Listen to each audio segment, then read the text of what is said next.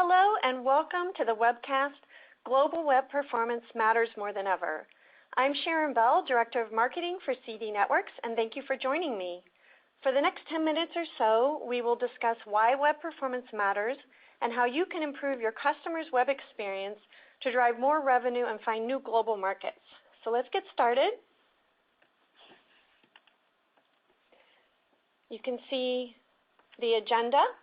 We will start with the effect of performance on user engagement, then on revenue, on search engine performance, and then how to optimize your performance, and a little bit about who is CD Networks. So does this ever happen to you?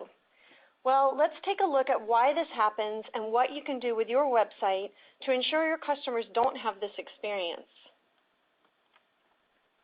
So let's talk a little bit about user engagement and how performance affects user engagement. So websites are so much more exciting than they ever used to be. Online retailers are using bigger, more beautiful, enhanced images, animations, and videos.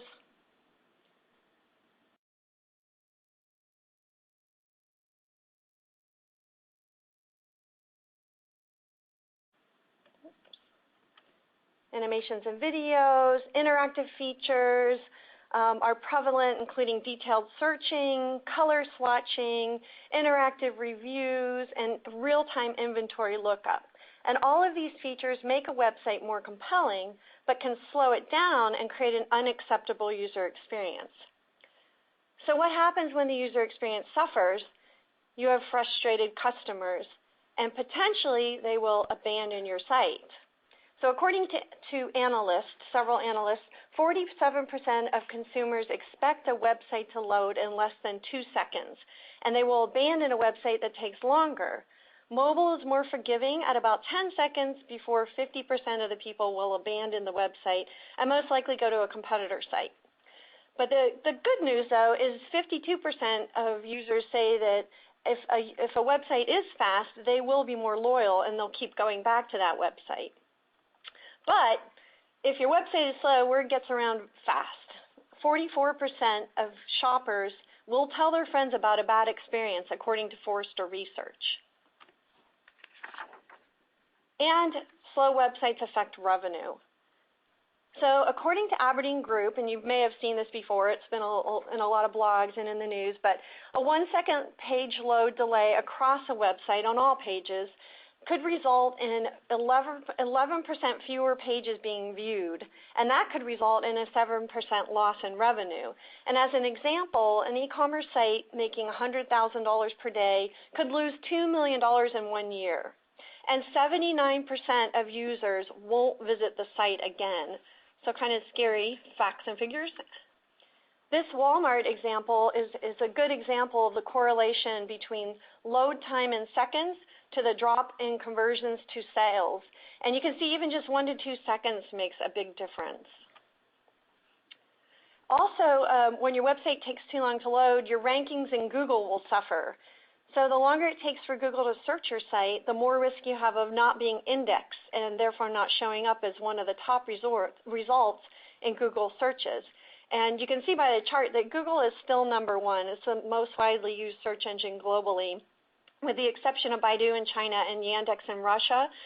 So you do have to pay attention to what Google's doing and how they're ranking. So what can you do?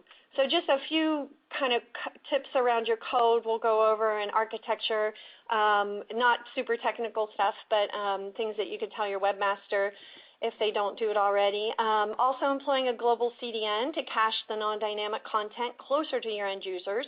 Using cloud acceleration for dynamic content, so it takes the most direct path back to your data center and out to your users, least amount of round trips. Also monitoring your site performance. Hopefully you're all doing this. There are a few tools. There's CompuWare Gomez, a tool called Workbench, and of course Google Analytics.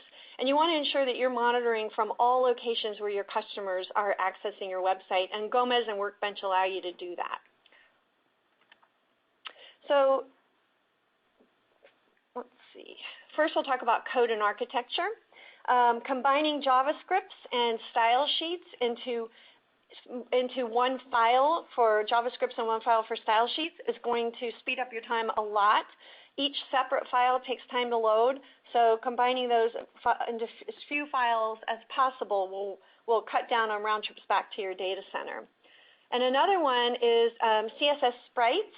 So if you have a social media bar or you have graphics that show up together all the time, make that one file, and that will reduce the number of round trips back to your data center as well. This is a kind of a no-brainer. I'm sure everyone's doing this. Compress your image files. You don't really need to have 3-4 meg files on your website. They're going to look just as beautiful in much fewer 300 kilobytes or even smaller than that. And then finally, minimize redirects. And you can see by this example, when you type in louisvuitton.com, it immediately redirects you to a different URL. And often this can't be avoided. Potentially in your initial URL, you have to redirect. But the more redirects you have on your site, the more time your site will take to download. So minimize those as much as possible. So another important step in optimizing your performance is to employ a global content delivery network. And you can see Gartner recommends this. Serving global users from just one data center location or just one or two is difficult because of internet latency, which we'll talk about in a second. They do recommend the most cost-efficient method is to have a CDN rather than building out data centers.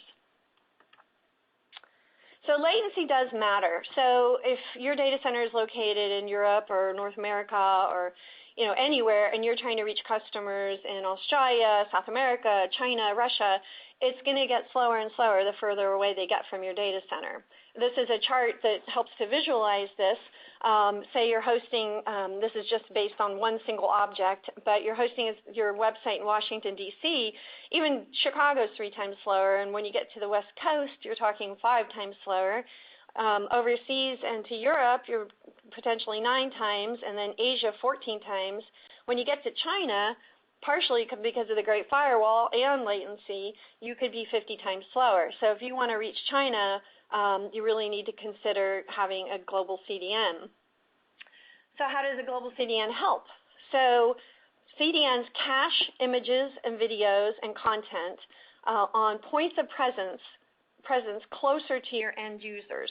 So CDNs have a network of points of presence around the globe, and they can cache information that's shown to every user. So that speeds up the process a lot. You don't have to build out the data centers. The CDNs built the infrastructure. There's no CapEx costs on your end. You want to ensure that your CDN has points of presence in all cities and countries that you want to reach with your e-commerce website. And the illustration there just shows one of our customers that once they switch to the CDN, the download time of their website just dramatically sped up. So this is cached images, but what about dynamic content? So dynamic content cannot be cached. And the examples of dynamic content include customized pricing, shopping carts, e-commerce transactions, stock quotes, form fills, and employee benefits information. So how can a CDN help with dynamic content?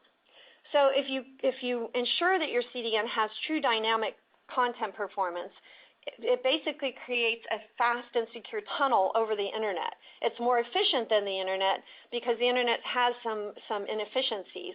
The same points of presence that are used for caching also provide the dynamic content closer to the end users, ensures reliability and high performance, and basically cuts down on the round trips that it takes to go back and get information from your origin source.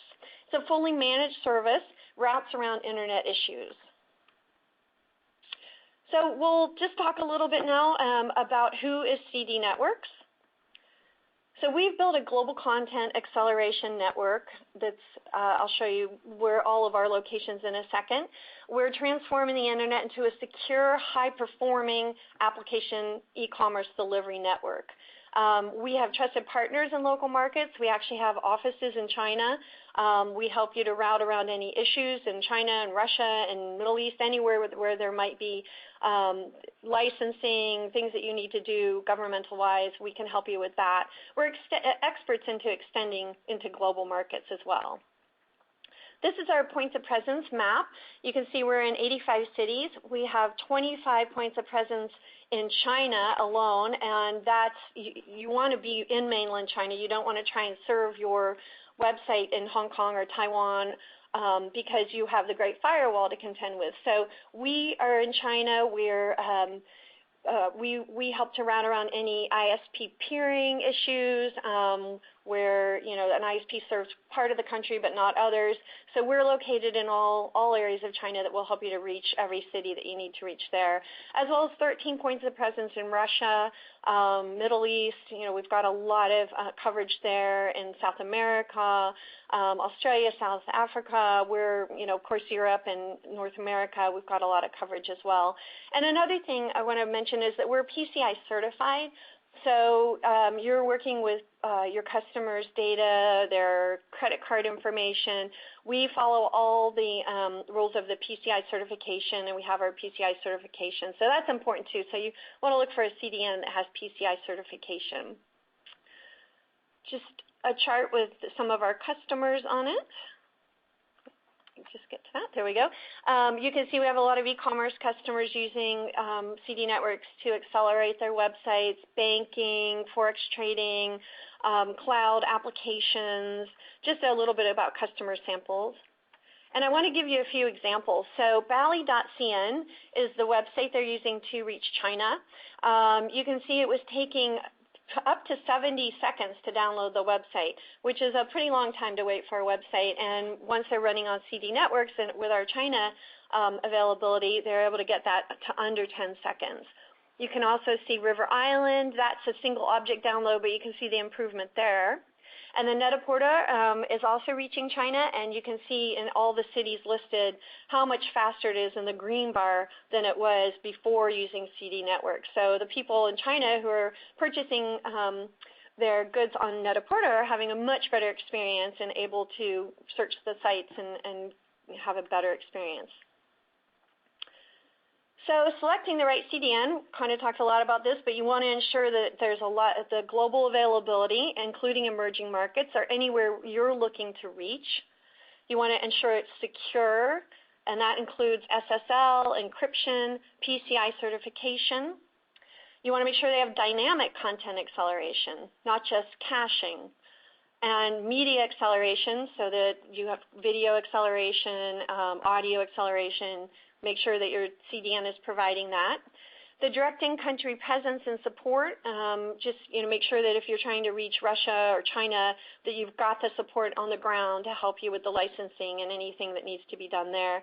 And also, it's good to have a dedicated Tier 1 support team rather than an outsourced team of support.